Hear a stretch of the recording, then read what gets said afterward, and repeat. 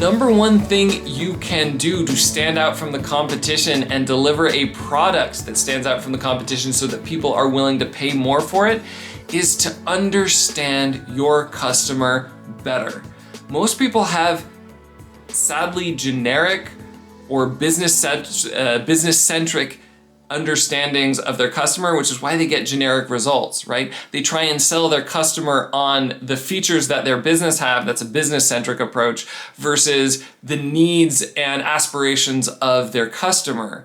Or they have like a generic idea of their customer. They're not really speaking to anyone in particular. So on the flip side, when a customer is evaluating their offer, it looks generic, it doesn't feel specific to them, and so they feel, meh, this is kind of like other products they've seen, and then you're going to have to compete on price with average products rather than being able to charge a lot because you're offering a product or service that feels tailor-made to a specific individual and solves the exact problem that they have, or solves that problem more thoroughly than any other solution. Hi, I'm Alec from Easier Habits. You're watching the Business Income Gains course on how to use the Business Income Gains spreadsheet. That's a free spreadsheet that you can download, link below, to help you find business strategies that will have the biggest impact on your income and how to nail those by serving your customer better. And serving your customer better starts with understanding your customer better. And this video, we will dive deep into how to create a good user avatar, one that will generate insights in how to craft a better product or service and market that product or service better so that you really speak to the people that you're serving. Here's a list of prompts that will help you think through your customer avatar specifically. And I chose the term avatar, customer avatar, because instead of niche or customer base, etc., because it gets you to start thinking about your users as a specific individual. The kind of insights that will really drive your business are the ones when you can think through what your customer base is doing as they go throughout their individual day, and thinking about them as an individual helps with that. And I will give examples as we go through the prompts, but one of the best ways to start out is give your user avatar a name. Again, just psychologically to get into the mode of thinking about them as a specific person.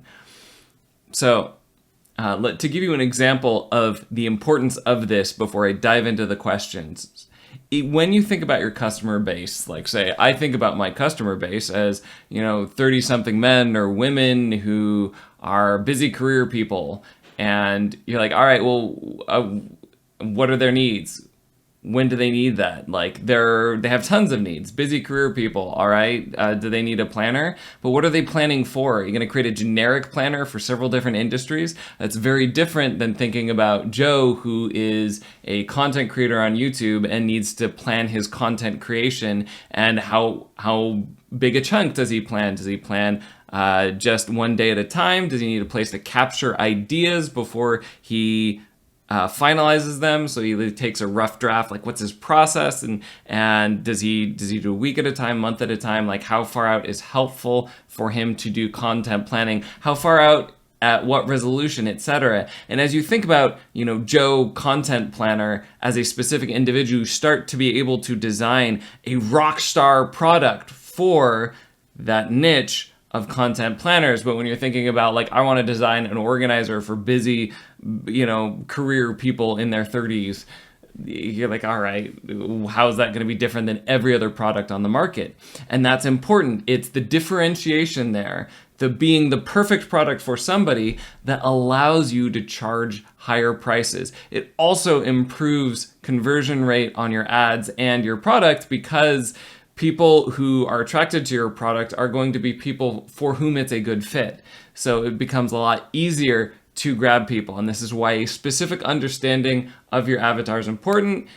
Give your avatar a name, and we'll go through these questions that help you think through that. But again, in your head, always be holding the idea that this is a specific person. And which specific person? Your best customer, your ideal customer, the person who is going to be helped the most by what you do. And you may have multiple customers you want to serve in mind. It's fine to fill this out for multiple customer segments, but especially if you're launching a new product or you're an early phase business, pick one to start. Validate that one, and it may be that you can't validate it, you can't find them, you can't reach that audience, fall back on another avatar later, but focus on one avatar. So, all right, I've segmented these questions out into various segments according to how you would use them as a business owner. But they also roughly parallel with the user journey, right? The finding. How do you find them? Or conversely, how are they finding you? It's the same process. You can think about it as you two are working together. You are working with your ideal customer, right? To solve their problem. So there's the problem of finding you. There's the solving their immediate problem. And then there's engaging them more after you solve their problem or as you solve their problem, etc. So, the first question you should think about are what influencers does this person follow? All right, you just want to get in their headspace. This is the context. Obviously, we will get into their needs and desires, right? But the way you're going to validate their needs and desires is you're going to be able to find them, right? And so, again, if you're thinking about, well, it's men in their 30s, like, who do men in their 30s follow? Well, I don't know. Like, there are some popular people where their segment is primarily that, but if you grab a random man in their 30s, no matter like what popular show it is, the chance that that individual person actually watches that show, maybe not that successful. But again, using the content planner example, you can go back to the content planners. Who do content planners follow? And guaranteed, there are some people within that space that are standouts that, like most content planners who are content creators who are planning content, will look to this or that leader, will be familiar with them, higher chance of following them on Twitter, Instagram, whatever. So what influencers do they follow? And this is going to help you find the audience and listen to them. You can go to that influencer's page and again, be specific here. So not just like the name of the influencer, but like what are their biggest accounts? Where are they most active? All right. Where can you follow comment threads and listen to their audience about their needs, their wants, their desires, their fears, and even best, like what do they want that this person they're following doesn't solve for them? That is a great goldmine opportunity. So similarly, what communities are these people a part of? Again, specific groups, not just like this is someone in the quantified self movement, or this is, this guy belongs to like pet lovers groups. No, like find popular pet lovers groups. Again, specific places you can go to research and validate your user avatar. Number 3, what are they doing before they run into the problem or while they're running into the problem? This is situational clues. We're getting into something that actually really borders on the kind of habit process, like habit formation process, that can be really powerful in designing a killer product, right? So before someone takes action, they need some kind of cue that tells them they're ready to take action, and we'll really dive into this, but we're starting by understanding the context. So what were they doing before they're running into the problem? So with the content user or content creator example, that person, like, when do they realize they need to plan content for a content planner? Well, is it the end of the month? Is it the beginning of the month?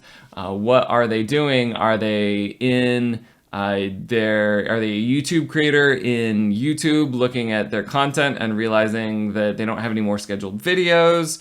Or what are they doing while they run into the problem? They're realizing they need to schedule more content. Where are they going for content creation ideas? Where did they do their research?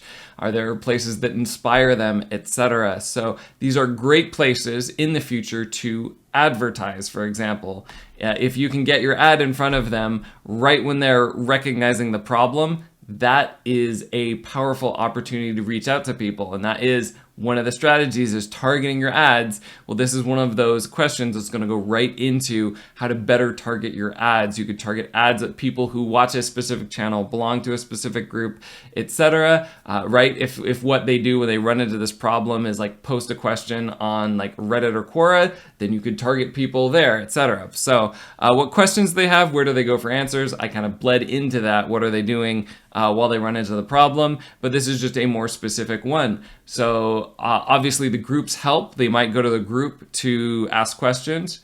This might look like finding the search terms they search in Google or YouTube, etc., and like various search engines where they ask questions, Quora, etc. Again, I have some marketing videos that go into the specifics of how to leverage Google to find some of these things, like suggested searches and whatnot at the end of the page that a lot of people ignore are a great example to see what kinds of questions people are asking, autocompletes, etc. as well. And there are often more like fancy paid tools where you can go to find what are popular questions on Google or other platforms, etc. So what solutions are they currently using for their problem, and how do they feel about them? So I would, as you're starting out with the avatar, a lot of people scope this very narrowly. And this is the one area where I probably would tell you go more broadly, right? So if you're thinking like, I'm going to create a content planner and and I'm competing with, right, the solutions they're currently using, the competition or other content planners, that's a little too broad. Maybe they're using a program that's not like content planning at all. I've done that on Monday.com, which is a general organization thing, and they do have a template for content planning. But like it's not a content planning tool per se. But that definitely would be a competition. What other solutions are they? Maybe they're not planning their content, right? And if that's true, like their solution is they don't plan it and they wing it. Maybe you're speaking to a very specific segment of people who could build their audience a lot more quickly with some kind of planner. So if you can get in front of them and convince them that of the virtues of planning, then that's a very different audience and a specific audience rather than people who are already like type A, plan everything down, who just aren't finding the right planner for them or, not maximizing their productivity. So how do they know when they're ready to buy? So in all of this context, like what happens while they're running into the problem or before they run into the problem, how do they know when they're ready to buy? So and this is really where there's a pain point, because a lot of times people offer a product that is convenient or would be nice, but isn't a pain point. I was just hearing an example of another coach that was kind of doing more general life coachy things, and trying like I help everyone. I solve all your problems. I help you find peace with life. And then when COVID hit, moved specifically to target anxiety and depression around COVID and did a whole lot more successfully because they had a specific trigger, right? When people were really, and a pressing issue that people were ready to invest money into. And a lot of times, another thing that you might run into here with your product is maybe they don't buy. So I have to be careful how much time I spend on free entrepreneur groups, because I do want to invest in getting my name out there, and I think some of those people later down the line might be ready to invest. But if I needed to massively increase my leads, that would not be a good place, because those are people who go for free resources, who are looking for free resources, they're looking to bootstrap, they're looking to do something themselves, right? Versus people who go to a paid conference, for example, are people who are actually investing money in like training and going to their business. So I'm much more likely to find potential clients with people who are actually buyers. So like, not only how do they know when they're ready to buy, but do they even buy? A lot of people don't validate that. But if you answer this question, how do they know when they're ready to buy? You will actually know that they are people who are ready to buy. So it is a good question to answer. Like, what are they doing right before? And let's see, I'll go back to like the keto example I was mentioning. That might be an ongoing running example that I'll use in terms of the financials. So I might as well answer a few questions from that perspective. Like, all right, how do you know when you're ready to buy direct-to-consumer keto cereal? Is it one, for returning customers, is when you run out of your last box, like, right? Maybe you can put like a slip at the bottom of the box that just like, with your URL on it, that reminds you like, hey, get more cereal here, right? That would be an interesting way to try and market to someone who, to people who like right when they're ready to buy.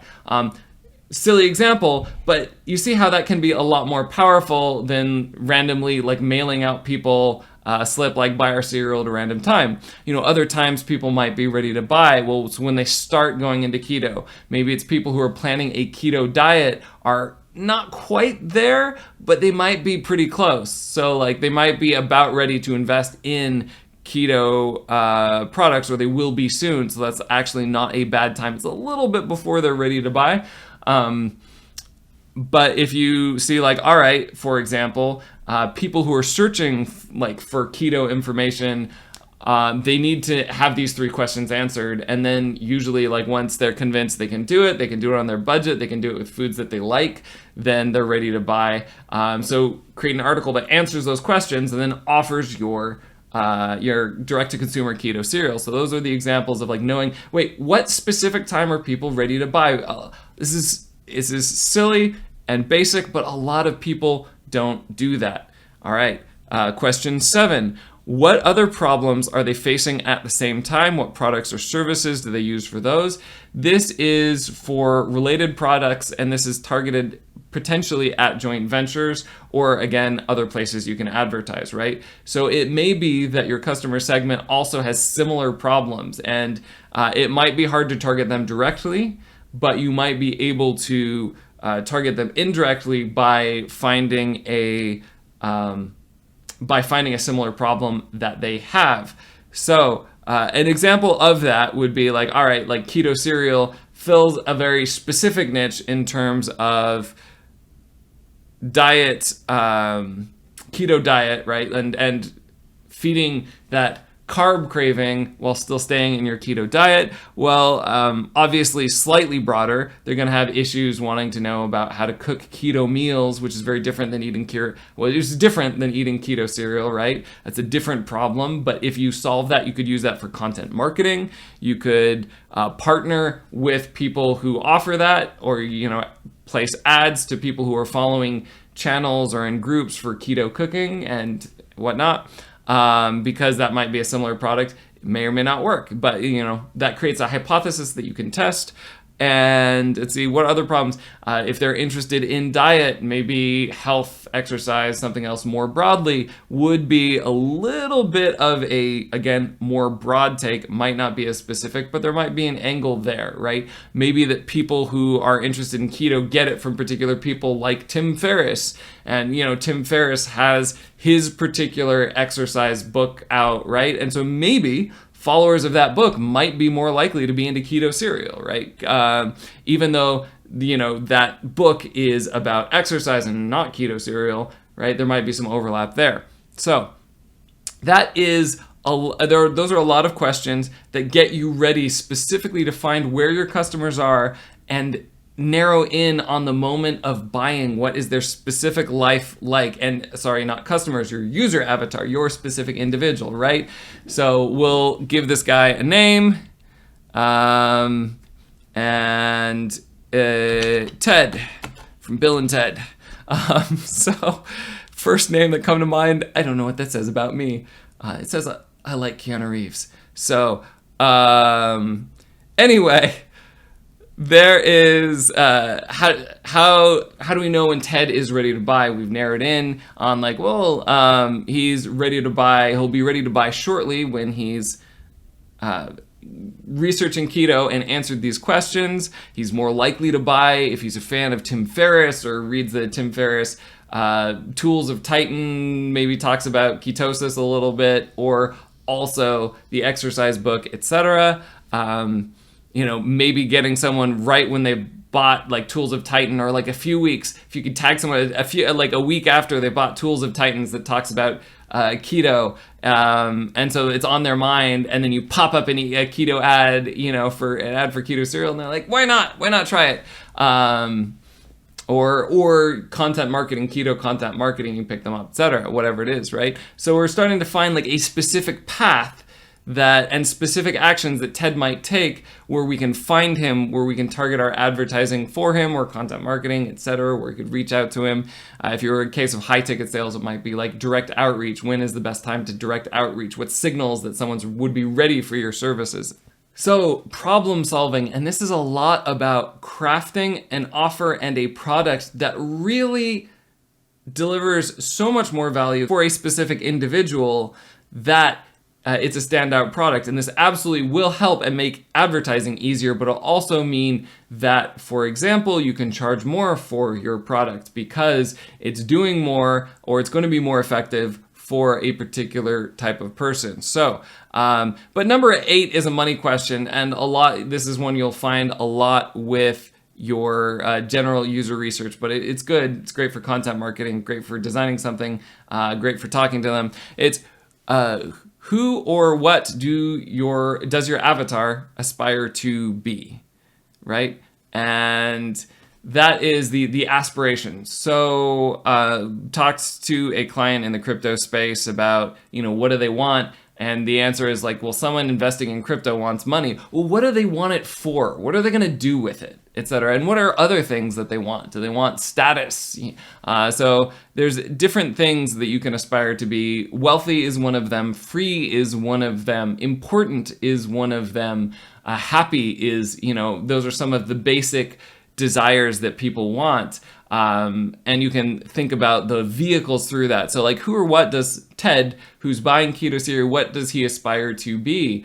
There's people do keto for different reasons. They can, do keto to lose weight. There's a lot of people or influencers who plug a ketogenic diet for better brain function. So maybe it feels like his ability to concentrate, focus, have energy. Like maybe that's the important thing. Maybe he's a little bit of a nerd. Maybe he aspires to be socially a health nut. He likes to be the friend that's trying the new thing and, sharing how it works and kind of you could be a health trendsetter. What else? What other keto aspirations could you have? You could actually have epilepsy, which I think is what the ketogenic diet was originally designed for. And you could aspire to live a life less interrupted by epileptic fits, right? You just kind of, you aspire to more ease in that sense. So there's all sorts of aspirations that you can have, the emotional resonance. That's a little bit more of like moving into what's the problem you're solving for them. And of course, obviously, this is the thing that you should answer. What is the problem that you're solving for? Let me give you, this seems so obvious, but let me give you a few common mistakes that people often make with the problem you're solving for someone. So a lot of times when I will ask that to an entrepreneur, what I will get are 2 major issues. And one of those issues is that the problems are not problems, but they're features. So this example would be, what problem does my customer have? They need a car with good gas mileage. No, that's not a problem, that's a feature. That is the underlying problem there is that this person has a long commute, they're spending a ton of money on it, and they're having difficulty paying their bills at the end of the month, or whatever, that's eating into their money for something else. They're saving up for vacation, blah, blah, blah, right? That's the actual problem that somebody has. Paying for gas is eating into something. And it's much more powerful. Imagine, an ad that says, hey, this is a very fuel efficient car, versus an ad that says, spend that extra $100 you're saving in gas on a Disney Plus subscription so that you get to so you can have some peace and quiet, whatever it is, right? What's the emotional need behind the problem? So yeah, here's where it's like the flip side of the aspiration, where you dive into what's the emotional need? What are their fears and worries, right? So let's get back to Ted with a car example before, but let's get back to the Ted. What is the emotional need behind the keto? Is it insecurity about their body? Is it insecurity about concentration, for example, that Ted feels like, it feels like he has a lot more potential that's untapped. He's reading, okay, so profile. Here's a theory. We'd have to validate it, but getting specific is better than not, because this is something that you can validate, and if it's true, you can act on. So Ted knows about the ketogenic diet because he's following people like, I don't know if Alex Huberman has talked about it. I'd be kind of curious to see if he's covered that. He talks a lot about health stuff. But Tim Ferriss and other people in the health space or like the life hacking space. And so he's around all these aspirational figures, but he's doing kind of normal performance at a normal job, and he aspires to be more. And he thinks like, well, maybe if I do keto, I won't be tired all the time. I won't have the brain fog in the afternoon. And, the emotional need behind my problem is I feel like I am living a mundane life when I could be living a great life, right? So, that is something that you could roll into content marketing, ads, etc., to speak the language of the person, your avatar, Ted, and so he can recognize that your product will help him, and which is hard to do. It's hard to stand out. But the more you can speak to their language, their aspirations, the emotion behind their problems, the more powerful your ads and landing pages, etc. will be. So what are all the steps they currently do to solve their problem? This is, again, goes to $100 million offers, and I shill that book a lot. I don't get any money for it. I'm just a big fan of it because specifically for 11 and 12, it has an excellent exercise, and actually these are phrased in part the way they are because that book was so awesome. So a lot of people here don't really break out the problem into minute steps. So what are all the steps they currently do to solve his problem? What are all the things he currently does, Ted, to, if he's trying to brain hack for more focus and, a better life and achieve things? Is he taking stimulants, right? So he's researching, sitting down in Google, step 1, research how to have more energy in the afternoon. What is he seeing? How is he picking through websites? That's... He typed it in, looking through the list, evaluating the list. That's 3 steps, right? He's reading articles. Step 4. What else is he doing? He is then searching out products from these articles. Step 5, right? Break it down very minutely. All right. What does... when he finds products, what is he doing? Is he comparing on price? Is he comparing, whether they were mentioned in the articles, etc.? Comparing the items is the next step. Is he checking his bank account or not? Is he price sensitive or not, right? You're thinking through all of those individual steps for the products the way he's currently solving it. And that's assuming he's solving it with a product. It may not be that he's solving it with a product. It might be he goes on a walk outside. Step 1, he sets a timer. Step 2, the timer goes off and he goes on a walk. Step 3, he goes all the way outside his building. Step 4, he walks around the building. Step 5, he comes back from his walk, and all of a sudden, he's got to rush to go to a meeting or get something done. Step 6, whatever, all of the steps. And then what are the other problems they're facing at the same, that was 7. 12, what are the difficulties they run into at each step of solving their problem? So now that you have all these steps, break it down. All right, so if he's searching in Google, how does he know what to search for? It's hard to figure out, how to do research. What is even the question that you ask? When you are searching, how do you know what's reputable, right? How do you know if this is a person that you can trust or not? Maybe I'll give up searching because there's too many competing ideas, or there's too many people who say the similar things, but no one stands out. What other difficulties would he have just on, step 2 of the looking at the search pages? Is he getting distracted by ads? Is he getting distracted by misleading, clickbaity, or snake oil salesy ads? Is there, right? And so there are multiple things at the multiple steps that could go wrong. Now, this may take a little bit of work, but it is very worth it. And I will dive more deeply into that in the craft your offer section, because that is basically what 11 and 12 are gearing you up to do. You're going to be able to solve more of the problem than other people are solving, and you're going to solve that problem more deeply, more thoroughly, if you actually have this broken out. How can we solve this problem more deeply for Ted? Like the perfect ketogenic. So not just a different problem, right? There's a lot of different problems around cereal, but like what would the perfect ketogenic cereal look like for someone who needed more energy, needed more focus during the day? Well, maybe one of the things you could do is, if you did the research on the most effective times to eat, right? Intermittent fasting is another thing that often goes frequently with like ketogenic diet, or the same types of people are interested in. If that is effective, and if there's data and science behind that, you could have a cereal that like recommends the time to eat it for biggest bang in your buck.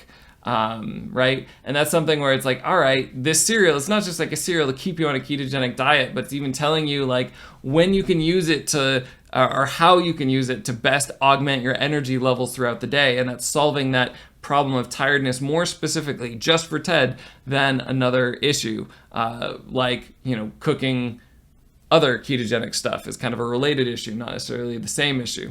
So those are examples of how you can think through what someone's currently doing, what are their needs, what are their aspirations, what difficulties are they running into, to solve more of the problem or solve it more specifically for your avatar. Now, another powerful lever of business, especially if you've go through the business income gains and you improve your finding and your conversion and the value of your offer, another powerful lever is re-engaging your customers. So there are these questions 13 through 16. What does your customer do after they've solved the problem? And this can actually get into solving more of the problem. Sometimes we've functionally separated these things as they must be separate, but there might be another problem that like immediately follows that either your product could solve as well and become more valuable, or you could, cross-sell a product that also helps with that similar product, etc. So what problem does Ted have after he's eaten his keto cereal? He needs something to drink, wants to drink milk, craves milk. What are ketogenic substitutes? Maybe you could offer a ketogenic substitute for milk with the cereal, to eat with the cereal, or if he craves it afterwards, right? What other things does your customer do after they've solved the problem? So if Ted, he's doing it so he can work and be more productive. So there's a productivity angle there. What is he doing? This depends a lot on when they eat the cereal. So he has a problem. He needs a quick breakfast, for example. This is like the context. What are they doing right before they run into the problem? So like he's woken up, he's running out the door to a job, or he's woken up late and, needs to be online for an online job, etc. All right. And he needs something quick to get his energy up, but without trashing his keto diet. He needs the cereal. And so the next thing Ted needs after he's had his breakfast in the morning is, inspiration for work, right? Throw that on the back of the box. Again, you've increased the value of that box, is the emotional attachment to it. The chance that he will come back for that is just an example. What new problems or questions do they have after they solve that problem? We kind of dived into that with adjacent problems, but sometimes it's helpful to think of it temporarily. Like, all right, I've had my keto cereal, but I don't want to eat just cereal all day. What else can I eat, right? That goes back to the recipes or books on how to eat keto or meal plans or whatever. What other problems, what new problems or questions do they have?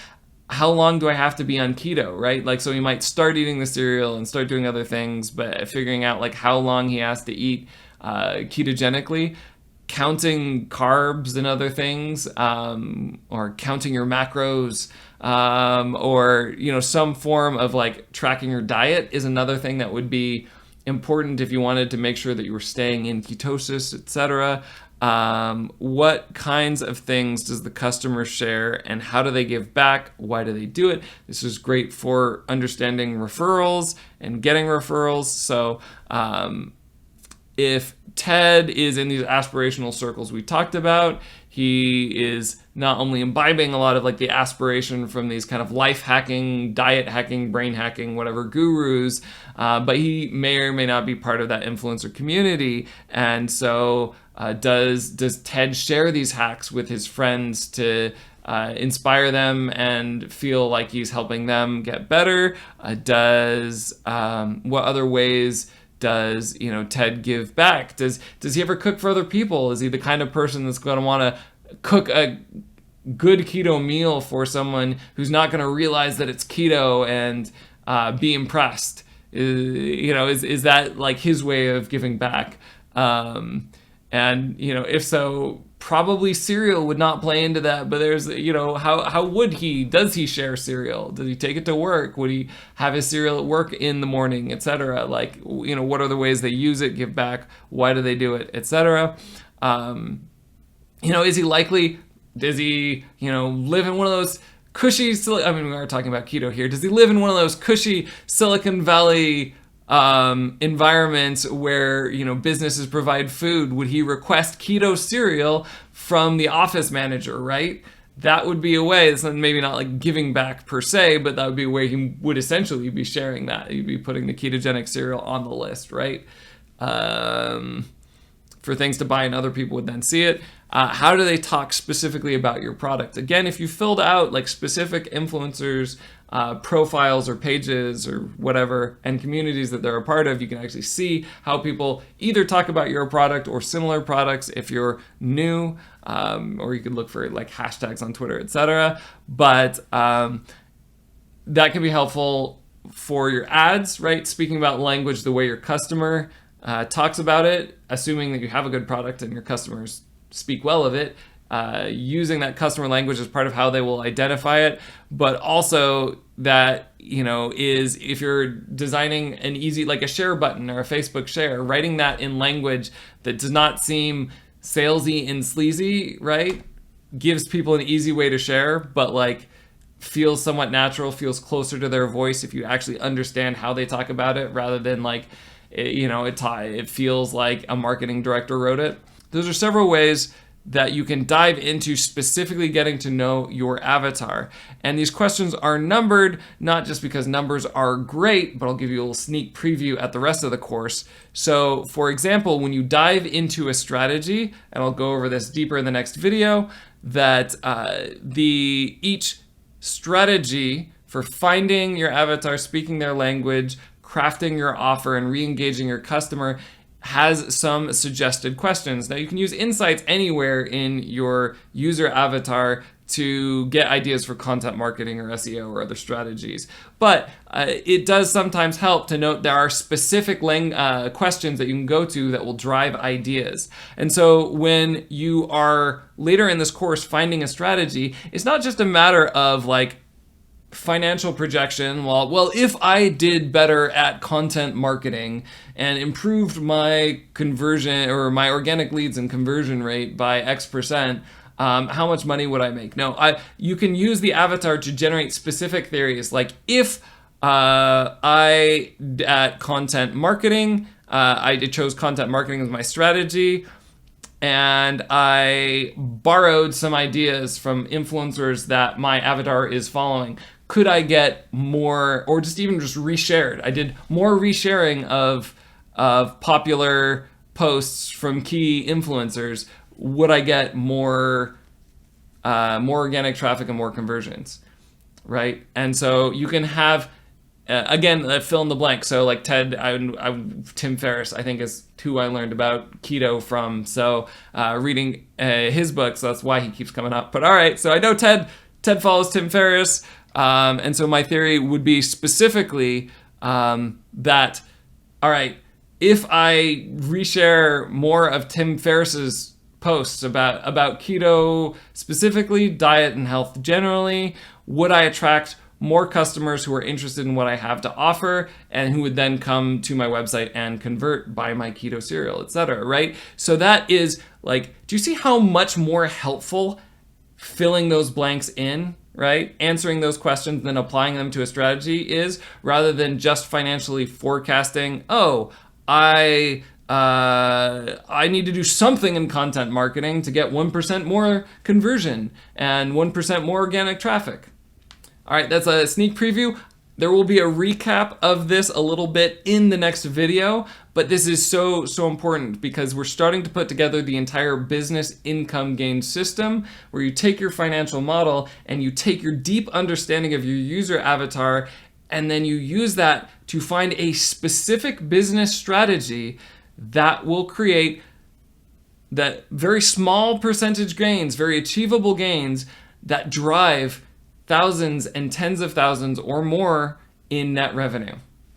So this is the longest video in the business income gains series because your user avatar is so critical. I hope the examples I've given so far have made you reflect on how powerful it can be to have a specific understanding of your user and also the importance of validating that user. So you want to, it's great to have a specific idea of how your user works that can generate business insights, but if you're not actually right about those, then you won't have the results you want. So you do want to validate everything that you're coming up with here. I have other videos on YouTube, link below if you want to see an example of going through specific websites and collecting user data and user information for market research, etc. So, fill out your avatar section, answer those questions specifically. You can fill them out in the spreadsheet or elsewhere, and stay tuned because in the next video we are going to use all of those insights to help you find more customers,